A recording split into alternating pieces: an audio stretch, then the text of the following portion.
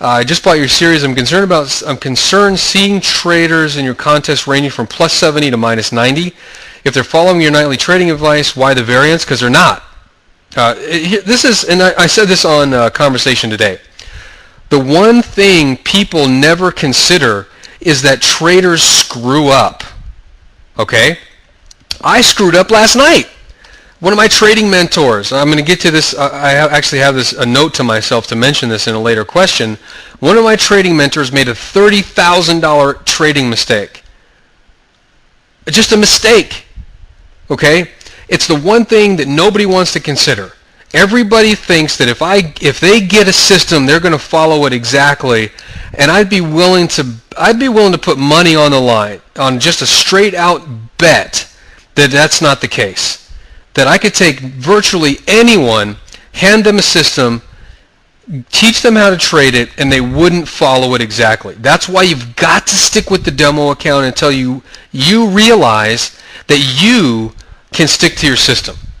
Okay, that's absolutely critical. Then also, do you have your trading performance stats? No, I don't. I'm still working with legal on some of the ramifications of that. Since this isn't a straight advisory service, and there's some other issues, no, I don't publish my trading performance stats. Although, you can see the daily videos. I mean, you can get a good idea if what I'm saying can make money or not. So if you just follow the daily videos, there you go. Number 9, I happened to be watching the market between 10 p.m. and 12 a.m. Eastern. I was tempted to start counting my 3 bars immediately. During the 11 o'clock hour, I had my eye on going long at 99.94, 30 pip stop, even though the market didn't look very sideways. In the end, I passed on the trade because the chart didn't show loss of momentum. I don't have access to volume, but I did watch level 2 quotes and could see the speed of the trades. I saw the speed was picking up as price moved up, and I was tempted to jump in as high as 2.005. In the end, I resisted the temptation to chase the trade. I've been whipsawed before. Although it would have been a profitable trade, I keep telling myself there will always be more opportunities. I was wondering what you think about my thought process. I think your thought process is excellent because you've got to remember, some trades don't work out.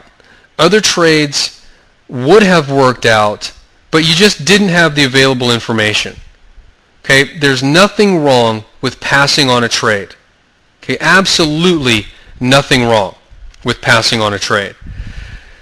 What you want to go back and verify is that there weren't any signals present, which in this case there weren't any signals present. The 3-bar reversal just simply didn't happen. The chart was not showing a loss of momentum. But like I said, I think in an earlier video, maybe day before yesterday, if you're thinking about going long in this area, you're looking for the 3-bar reversal and you don't see it, go to the next one. Remember, if professional money is behind a move, so if the pros are reversing the market here, you can bloody well expect a little dipper pattern. So then you just go through the process. What does that look like? What should I see? But plan this all out ahead of time. Okay? So if the trade breaks out over here, which it did, and then you've got 1, 2, 3 hours to track this thing and get your little dipper in place and think about it and review tapes. I mean, you could practically review the entire CD in that time. Okay, so the time is there. Have your plan written out ahead of time. Please show us how you would trade the 3-bar reversal for the August 29th daily trade. Where would you enter? Where would your stop be? Would you have exited and re-entered?